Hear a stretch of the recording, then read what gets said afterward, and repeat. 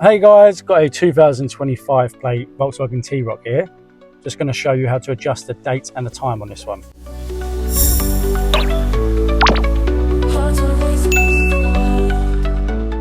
on this one, make sure your ignition or engine is turned on, then come to the screen in the center of the dash. And from here, go to menu,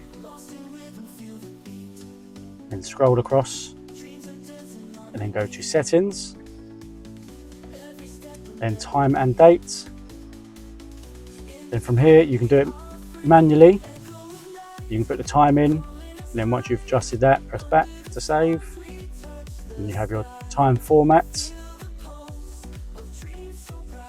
and your date, and adjust that again, press back. Or you can go to GPS and it'll automatically sort the time out for you.